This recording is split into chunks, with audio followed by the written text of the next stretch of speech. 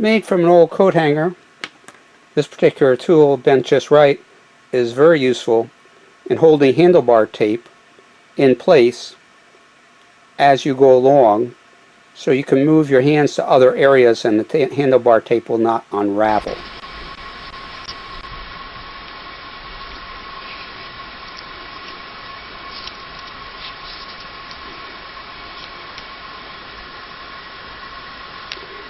Clamp it with our clamp,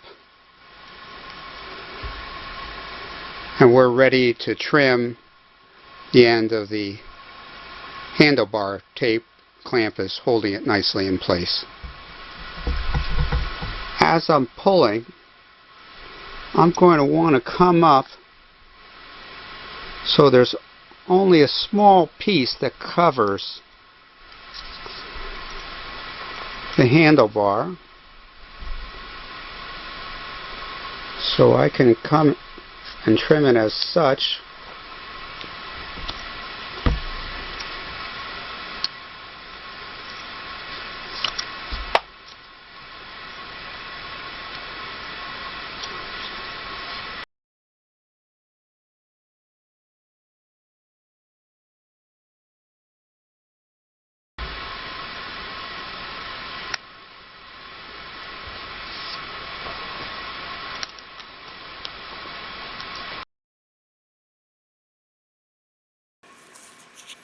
These are Velcro ties used to hold extension cords that are folded up from unraveling.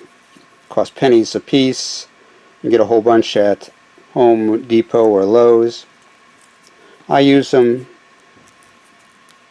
putting two together. Make a nice long one. I can wrap around the brake handle, hold the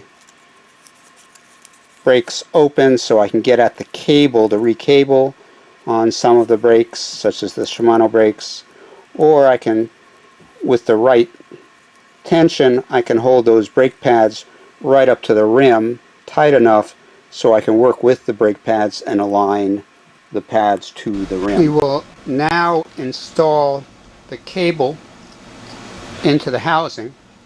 I like to pull the shifter back and fasten it with some Velcro.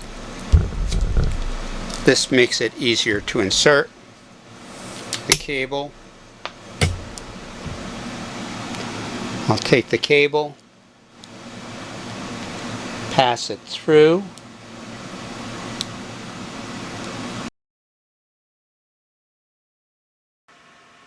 zip tie with a small loop at the end to slide over the rear of the brake pad when you're adjusting the brakes to give you the proper toe in and prevent that terrible squealing sound. Place a zip tie towards the rear of the brake pad and zip it tight.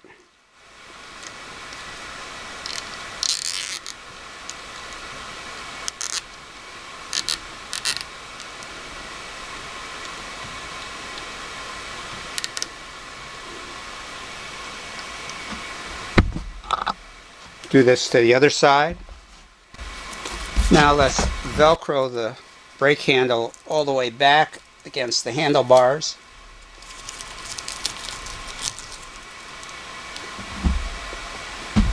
In this way, the brake pads will be tight up against the rim, the rear being held off by a millimeter with the zip tie. Go ahead and loosen your brake.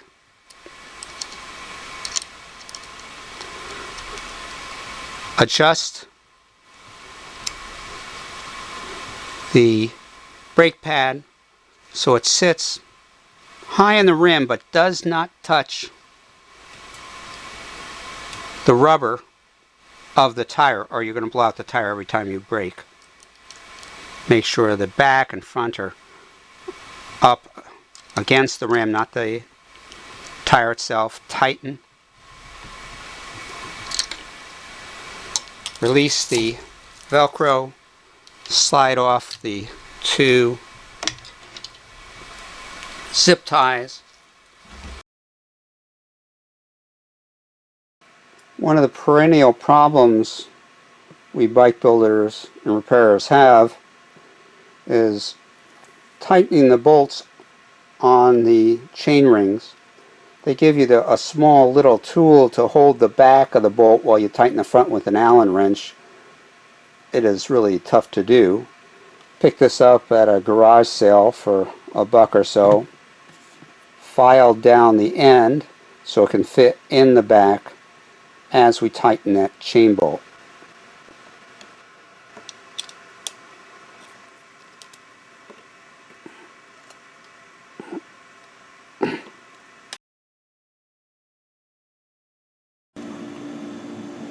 Want to make a cheap but sturdy chain whip to remove the cassette on your rear wheel?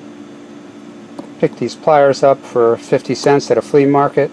They just happen to be approximately 1/8 of an inch across in thickness. You'll need 2 pieces of the old chain that you removed last time you replaced the chain, and a paper clip. Take apart the pliers.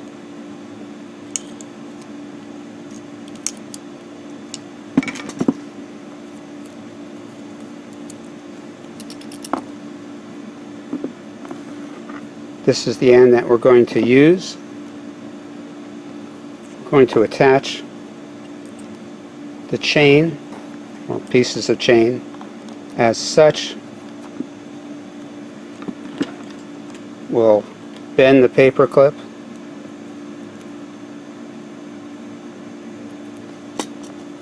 and put it through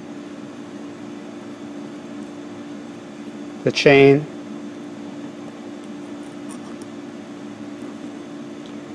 and then we'll bring the other end. There's just enough room to do this, up through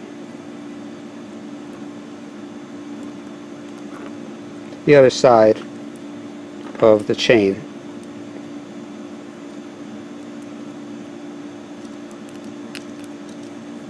There we go.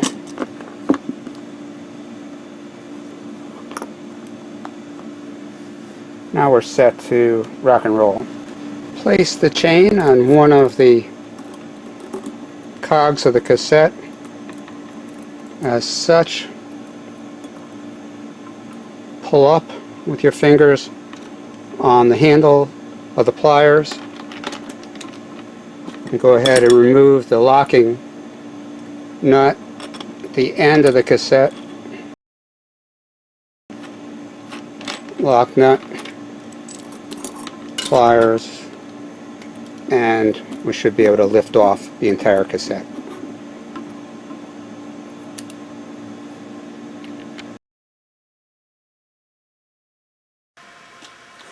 Finally, your most important tool is your bicycle log.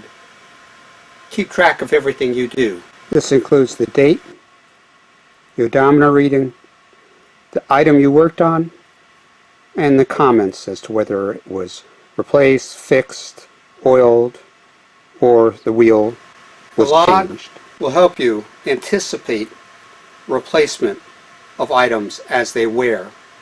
It will also inform you if an item repeatedly needs work and possible replacement. Safe riding.